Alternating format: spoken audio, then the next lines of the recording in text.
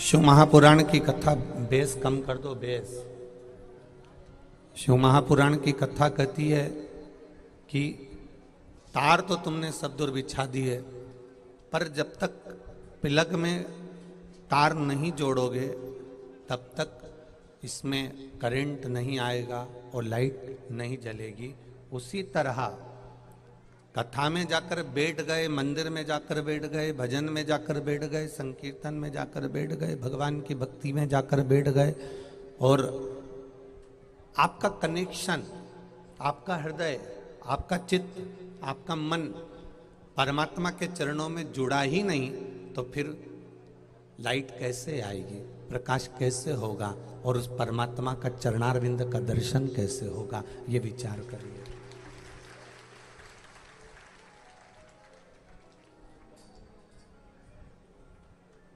ये विचार करिए।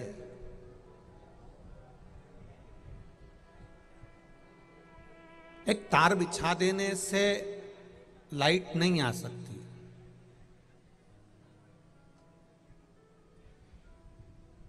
उसको प्लग में लगाना पड़ेगा, करंट आएगा, तब जाकर लाइट जल पाएगी। सत्संग में जाकर बैठ जाने से परमात्मा नहीं मिल जाएगा, मंदिर में जाकर बैठ जाने से परमात्मा नहीं मिल जाएगा। परमात्मा को प्राप्त करने के लिए ये मन, ये बुद्धि, ये चित्त, ये परमात्मा के चरणारविंद में लगाना पड़ेगा।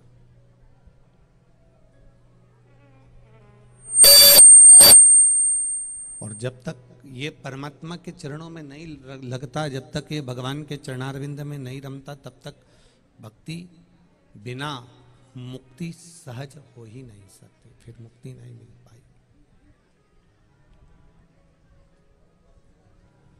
इसको पाने का शिव महापुराण की कथा कर रही है, भगवान का भजन कर रहा है, स्मरण कर रहा है, भगवान की कथा कर रही है।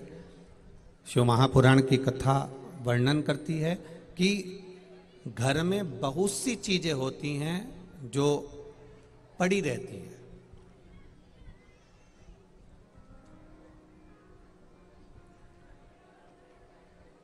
ऐसी कई चीजें हमारे घर में हैं जो पड़ी हुई है, जब जरूरत होता है तब उसको ढूंढा जाता है। बहुत सारा सामान घर में ऐसे ही पड़ा रहता है, जब जरूरत होती है तब उसको ढूंढते हैं, जब जरूरत पड़ती है तब उसको ढूंढा जाता है। बहुत सारी सामग्री, केवल हमारे घर की बात नहीं चल रही, आपके घर में भी बहुत सारा सामान, तुम्हारे घर में भी ऐसा ही पड़ा रहता है। जब उसकी जरूरत होती है तब उसको ढूंढा जाता है और ढूंढा जाता है फिर प्रयोग किया जाता है। घर में जैसे बहुत सारी सामग्री वैसे ही पड़ी रहती है, घर में बहुत सारी सामग्री जैसे वैसे ही पड़ी रहती है और जरूरत पड़ने पर उसको ढूंढा जाता है। शिव महापुराण की कथा कहती है, भगवान शंकर का संवाद कहता है, भगवान शंकर की कथा कहती है। उसी तरह से शिव नाम को, भगवान के नाम को, भगवान के भजन को, भगवान के कीर्तन को, भगवान के मंत्र को इस शरीर में, इस हृदय में जैसे बहुत सारी सामग्री घर में पड़ी रहती है और वक्त पड़ने पर उसको ढूंढा जाता है, भगवान के नाम को, श्री शिवाय नमस्तुभ्यम को इन कानों में, जिह्वा में, मन में पड़े रहने दो। अंतिम समय में इसकी जरूरत जरूर पड़ेगी और हम उसको जप कर निकल कर पार हो जाएंगे। इसको पड़े रहने दो, कानों में इसको पड़े रहने दो, जिह्वा पर इसको पड़े रहने दो, हृदय में इसको पड़े रहने दो। जब जरूरत होगी प्राप्त करेंगे, पार उतर जाएंगे।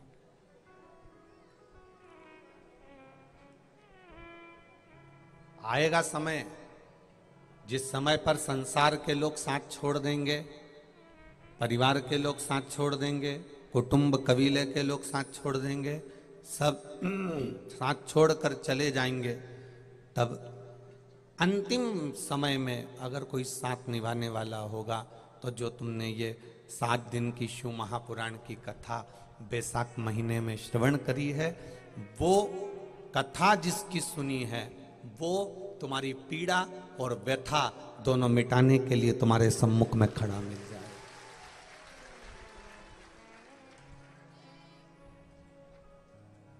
आपने जिसकी गुलामी करी, आपने जिसका भजन किया, आप जिसके मंदिर तक गए,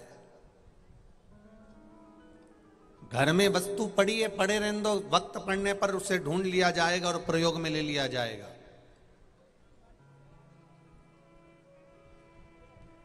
ये बुजुर्ग माताएं जितनी बैठी हैं, जितने बुजुर्ग भाई लोग बैठे हैं, ये अपने घर में से कोई सामान बाहर नहीं फेंकते।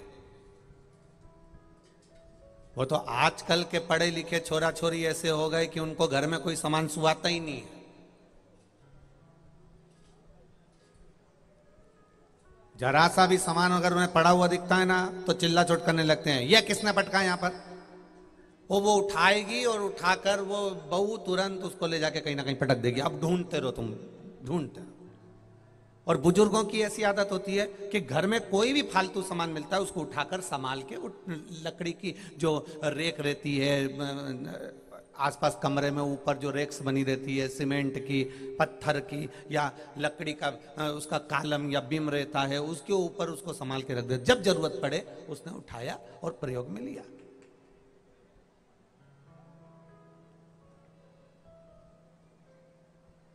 बुजुर्ग, घर का बूढ़े से बूढ़ा आदमी कोई भी सामान उसको बाहर फेंकता ही नहीं है। एक चिंदी भी मिली ना तो उसको संभाल के रख देगा, एक ऊन का टुकड़ा मिला ना उसको संभाल के रख देगा, एक चाबी मिली ना उसको संभाल के रख देगा, एक झाड़ू मिली उसको संभाल के रख देगा, कोई सामान मिला उसको संभाल के रख देगा। क्यों? क्योंकि उसको मालूम है। और उसने, बुजुर्ग व्यक्ति ने संभाल के रखा। और बहू सुबह से झाड़ू ढूंढ रही है, मेरी वाली झाड़ू नहीं मिल रही, मेरी वाली झाड़ू नहीं मिल रही, मेरी वाली झाड़ू नहीं मिल रही। इतने में सास बोली, नहीं मिल रही, जान दे, मैंने वो वहां संभाल के रखी, एक झाड़ू उठा ले और लगा ही दे यहां से वहां तक। और बहू ने तुरंत झाड़ू उठाई और उठा के लगा के फिर पटक के चली गई। सास ने फिर संभाल के रखी। इसको मालूम है काम निकालेगी और इसके बाद पटक देगी। पर सास, ससुर, घर का बुजुर्ग, घर का बूढ़ा व्यक्ति जो भी फालतू सामान मिलता है उसको संभाल के रख देता है। कभी तो काम आएगा, कभी तो हाथ लगेगा। और जिस दिन काम आएगा उस दिन जरूरत पड़ने पर यही फालतू सामान काम आ जाएगा। दुनिया के लोग कहते हैं कथा फालतू है, सियोर वाला महाराज फालतू है, जबरदस्ती का बस 3 घंटा तक लोगों को लेकर बैठ जाता है। लोग कहते हैं मंदिर जाना फालतू है, लोग कहते हैं जल चढ़ाना फालतू है, लोग कहते हैं भजन करना फालतू है, लोग कहते हैं कथा में जाना फालतू है। हम कहते हैं जैसे फालतू सामान एक ना एक दिन काम आ जाता है, उसी तरह भगवान की कथा भी, मंदिर भी एक ना एक दिन काम आ जाता है। कभी अंत समय में काम आ सकता है। और अंत समय आए ना आए प्रभु कुटुंब कबीरा, अंत समय प्रभु आना पड़ेगा, और वचन दिया तो निभाना पड़ेगा। फालतू पड़ा हुआ सामान एक दिन काम में आ जाता।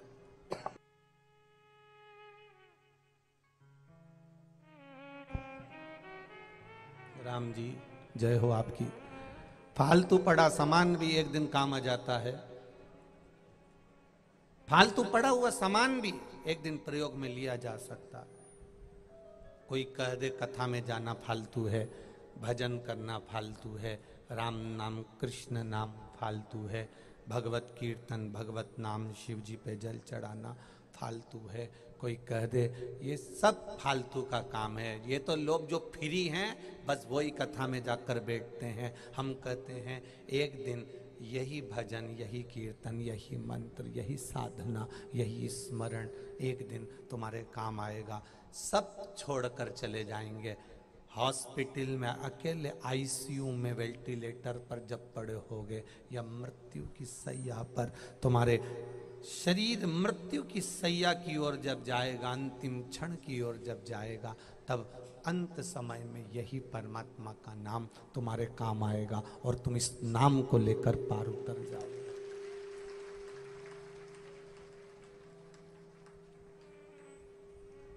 तुम इस नाम को लेकर पार उतर जाओगे, ये निश्चित है।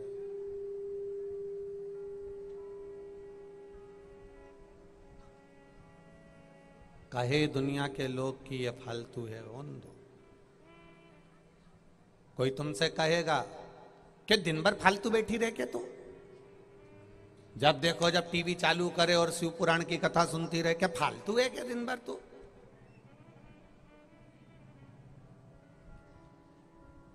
तेरे पास और कोई काम नहीं है क्या? दिन भर वो शिव पुराण की कथा, बस 1 बजे आई नहीं, टीवी खोल के बैठी नहीं, रात को भी सोते सोते मोबाइल पे शिव पुराण की कथा। कहीं फालतू है क्या तू? कोई कामकाज नहीं है क्या तेरे पास में? तो इतने में तुम भी कह सकती हो, बताओ कौन सा काम करूं, छोरा छोरी स्कूल चले गए, सबका टिफिन बना दिया, झाड़ू लगा दी, बर्तन मांज दिया, सारा काम कर दिया। अब दिन में अगर सारी जिंदगी तुम्हारे लिए, 24 घंटा तुम्हारे लिए है, तुम्हारे बच्चों के लिए, तुम्हारे लिए, तुम्हारे घर के लिए, परिवार के लिए, 24 घंटा ये शरीर पूरा तुम्हारे लिए है। 24 घंटे में से मात्र 3 घंटा मैं भगवान का भजन करती हूं, उसको 24 घंटा शरीर दिया, 24 घंटे परिवार वालों को शरीर दिया, 24 घंटे परिवार वालों को समय दिया, 24 घंटा परिवार वालों को समय देती रही, झाड़ू बर्तन भांडा सा काम काज, बच्चे ये वो दुनिया का काम 24 घंटे करती रही, और भगवान को केवल 3 घंटा 2 घंटा 2.5 घंटा, या मंदिर जाने में लगा 15 मिनट 10 मिनट 5 मिनट, परमात्मा को 5 मिनट दिया, परिवार को 24 घंटा दिया। अब मृत्यु के समय पर अंदाजा लगा कर बैठना, जिनको 24 घंटा दिया वो हॉस्पिटल में कमरे के बाहर मिलेंगे, और जिसको 5 मिनट दिया वो मंदिर छोड़कर तेरे कमरे के पास मिलेगा, तेरे पास में खड़ा मिलेगा। वो महामृत्युंजय, वो काल अधिपति महाकाल राजा तेरे नजदीक में खड़ा मिलेगा। और कभी कभी तुम आजमा कर देखना, आप में से कई माताएं, कई भाई ऐसे होंगे, कई बच्चे ऐसे होंगे, उनको लगता होगा कि मेरे साथ जब मेरा दुख का समय आता है तो कोई ना कोई मेरे पास में आकर खड़ा हो जाता है। वो कोई दूसरा नहीं होता, वो कालाधिपति महाकाल राजा, वो कालाधिपति मेरा महाकाल है, जो समय पर आकर तुम्हारे पास